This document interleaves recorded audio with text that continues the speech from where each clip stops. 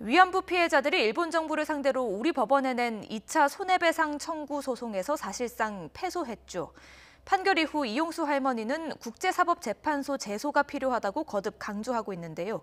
실제로 회부 가능성은 있는지 또 승소 가능성이 있는지 임성호 기자가 짚어봤습니다. 지난 21일 법원은 일본 정부를 상대로 위안부 피해자들이 낸 2차 손해배상 청구를 각하하며 사실상 원고 패소로 판결했습니다. 위안부 강제 동원은 인권 침해고 위법하지만 일본 정부의 주권 행위에 해당하므로 국제적 관습법에 따라 다른 나라 법원이 죄를 물을 수는 없다는 것이었습니다.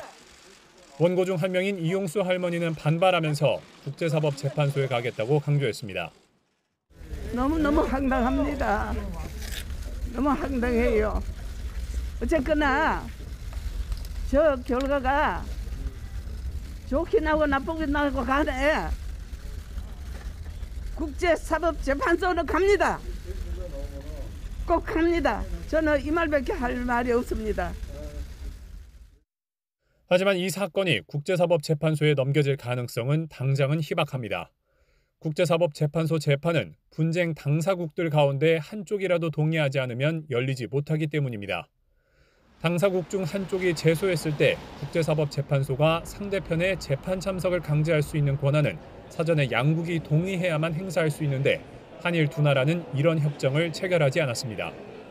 더군다나 양국 정부 모두 이 문제를 국제사법재판소에 가져가는 데에는 소극적입니다. 천신만고 끝에 제소가 이루어진다고 해도 승소 가능성을 두고 법률가들의 전망은 엇갈립니다.